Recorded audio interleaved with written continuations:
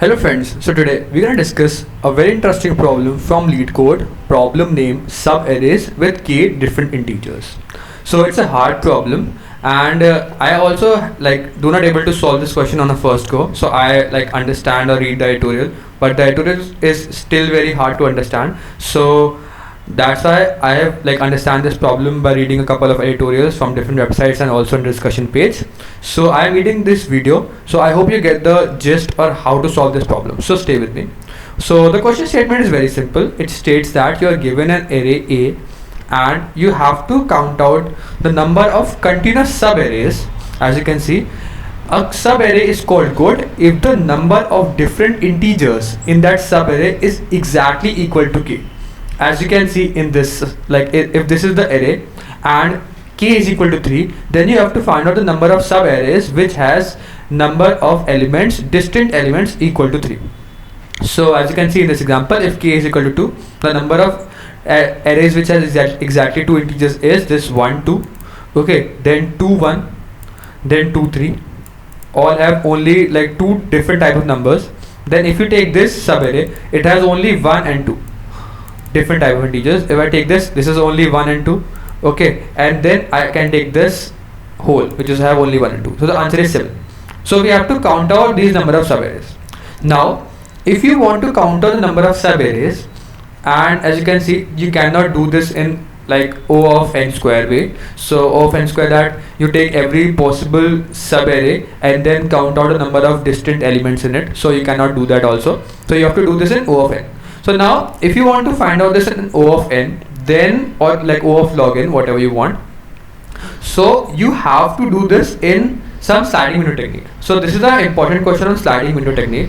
The sliding window technique first came to my mind. So you can also pause this video. This is one hint. You have to solve this using sliding window technique. You can also find out some important keynotes from this after reading this question. So we're going to discuss this problem now. So as you can see, first we're going to understand this problem or write down this example here. So the numbers are 1 2 1 2 3, 1 2 and 3, and k is equal to 2. Okay, so now what you can see, first I can make 2 pointers. Okay, now if I make 2 pointers, one pointer is the start, other pointer is moving from left to right. So now we're gonna count out the number of different elements I have seen till now.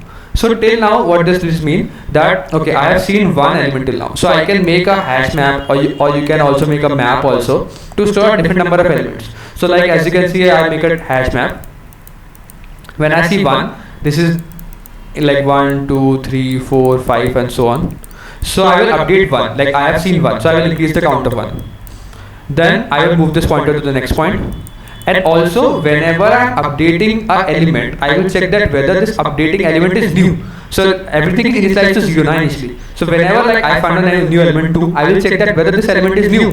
How we can check? If the initial value stored in this is 0, it means that I have seen this element for the first time. So it is a new element. So I will also make a variable different, which will count on how many different elements I have seen till now. So I have updated 1, so it is equal to 1 different element. Then I will see 2, so this is initially 0, so I will update it to 1. Because I have seen 1, the count of this will become 1, and I have seen 2 different elements.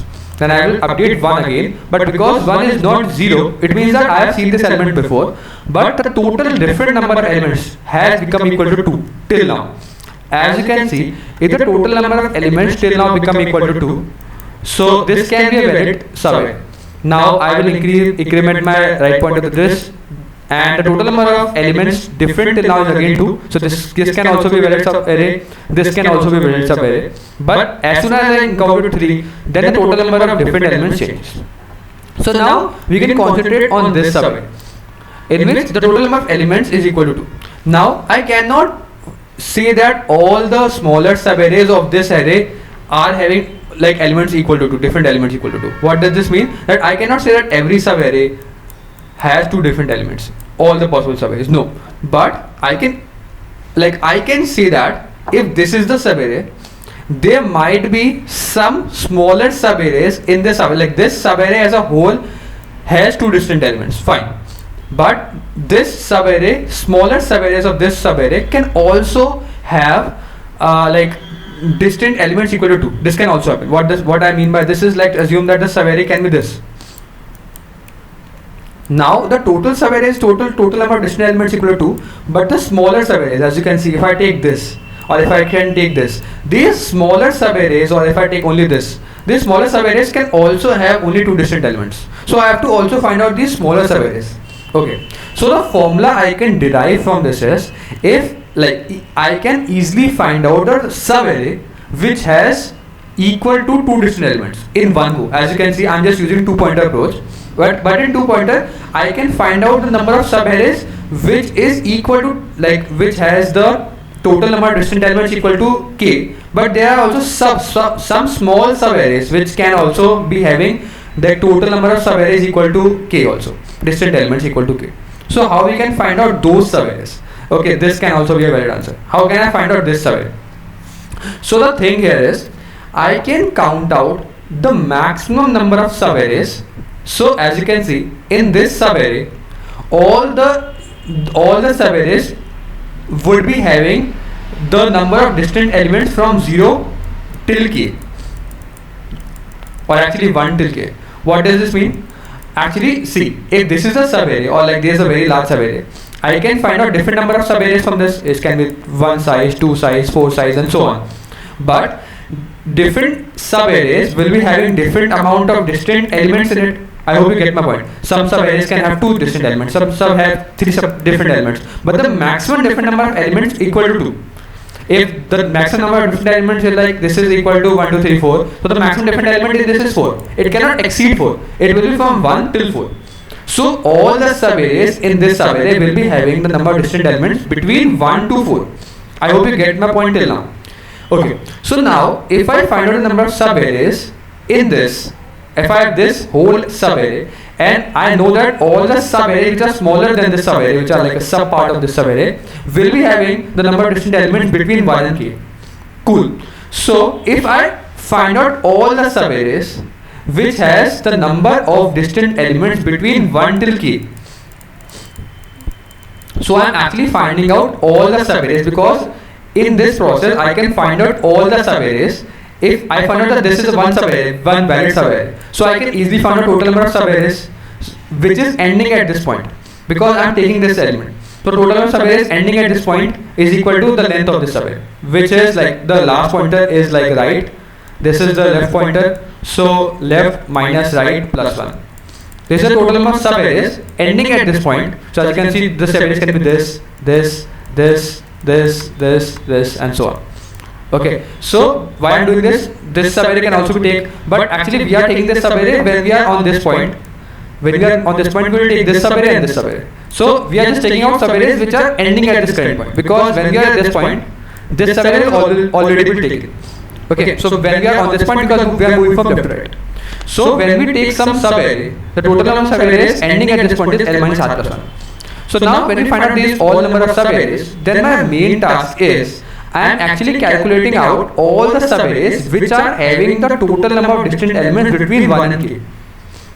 Okay, so if I found out all the subarrays having distant elements between 1 and k, and I also find out all the subarrays having distant elements between 1 till k minus 1. So I will have to do this process again. I will do this process of find, like, 2 pointers of moving window technique 2 times. One for finding out all the possible subarrays which has a number of distant elements between 1 and k, and again I will do and find out all the number of subarrays which has the total number of distant elements between 1 and k minus 1. So as you can see, if there are some arrays which has distant element equal to 1, 2, 3, 4 and like equal to k, and also I have distant elements till k minus 1, so it will be having 1, 2, 3 and till k minus 1, not this k. So if I delete this whole, the first answer from the second answer, I will actually get the total number of subarrays which are distantly or equal to k number of distant elements. I will get the gist of this problem now. So we are just using this 2 pointer and we are iterating over the whole array twice, finding out these 2 values. I will tell you how we are doing this in the code part again, and then we are actually subtracting out the first value from the second value. So that's the whole logic for this problem. So let's move on to the code part now. I will make the code a little bigger. So now, as you can see, this is the code part. In which, okay, I'll just make this. Okay, it is loading again. Just wait.